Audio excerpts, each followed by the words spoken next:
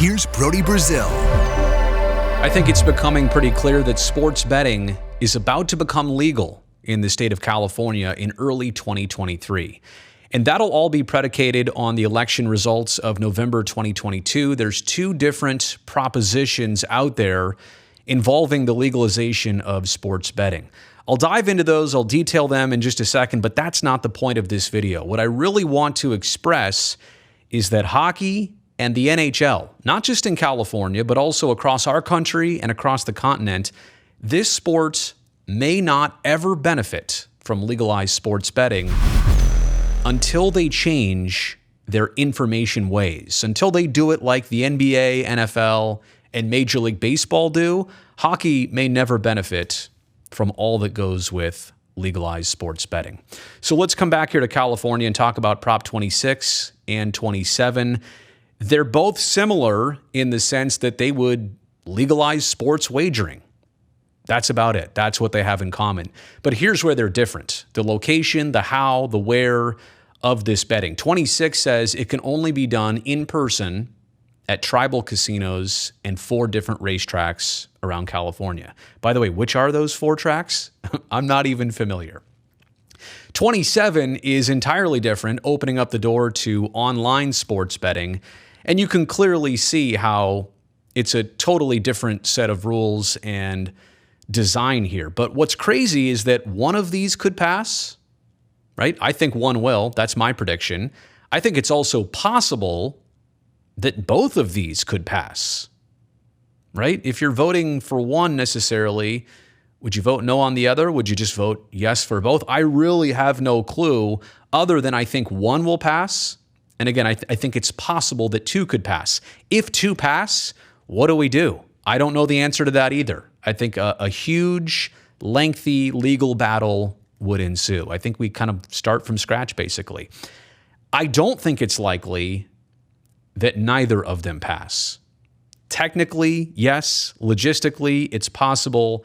I don't see it happening. And even if that is the case, both of these things could be put simply back on the next election ballot in the state of California.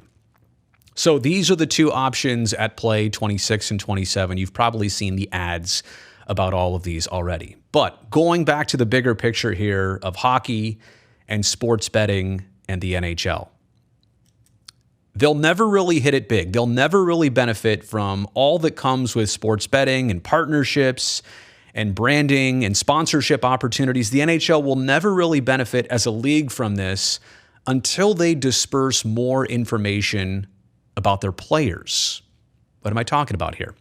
Think about baseball for a second. You know who starting pitchers are for both teams, usually entering a 2, 3, or 4 game series. Like, here's who they're throwing, here's who we're throwing. And it's not to say that a starting pitcher alone would dictate the results of every single game day. That's not how it works. Like baseball and sports, they're very unpredictable. But at least it gives you an idea of how things are slated to play out. Baseball gives you that information. They also usually give you the lineup information hours in advance, and they also tell you when a player's injured exactly what the injury is, how long they'll be out. They're very open about surgeries, procedures, everything that goes along with it.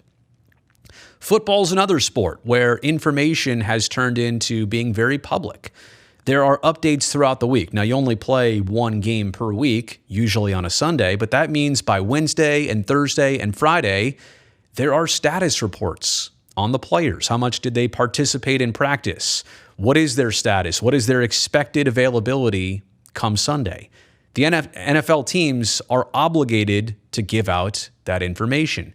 And basketball doesn't really have too many secrecy issues. They're usually forthcoming in what's going on behind the scenes, what's the issue. Now, there is the deal in basketball that sometimes they've started to rest key players for certain games down the stretch, those maintenance days. Like hockey doesn't do that. Baseball rarely does that. Football, yeah, not a thing in football. So basketball is a little bit unpredictable in that way. But you get the picture that I'm painting here of all the other sports.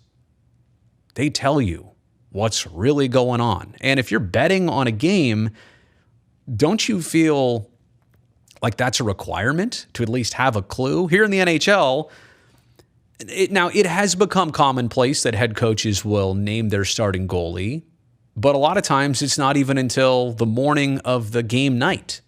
Sometimes they won't even tell you, not even until warm-ups happen. And if it's not obvious there, it's usually who comes out of the tunnel first, who leads the team out. That's your starting goalie. And at that point, yeah, it's usually way too late to make a wager. Hockey also doesn't tell you the status of players and injuries. You know, the old upper body injury and lower body injury. Well, what is it? Is it a wrist? Is it an Achilles? Is it a tear, a sprain, a strain? What is it? Hockey players also play through way too many things, but that's a whole separate YouTube video and conversation here. My point is that hockey does not give you a lot of critical information on key players that if I were wagering my money, I would specifically want to know, how is this game even going to go from a personnel standpoint? Hockey's very mysterious, and they have their reasons and they have their ways for reasons. They don't want players getting targeted, they say. They don't want to allow the opponent any last strategical benefit. That's the way hockey's been in recent times. Very secretive, very last minute. But I just don't know, again, from the sports betting perspective, if a lot of people are ever going to get into hockey because they are left in the dark until the very last minute about statuses. Now, I'm mostly keying in here on injury information.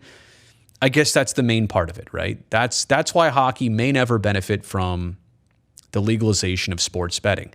And it's not like the league is placing bets, or how you're asking, how do they benefit? Well, partnerships, sponsorships, opportunities. I just don't know if the volume of betting is ever going to get big in hockey until they're a little bit more obvious and revealing with their information. So that's just my opinion. That's how I'm predicting things to go, but I'm interested to hear what you have to say. You're a hockey fan probably because you're here watching this YouTube channel. If California legalizes sports betting and you're in this state, are you more inclined to bet on hockey, or is it still just a little bit too secret for you? Let me know in the comments section below.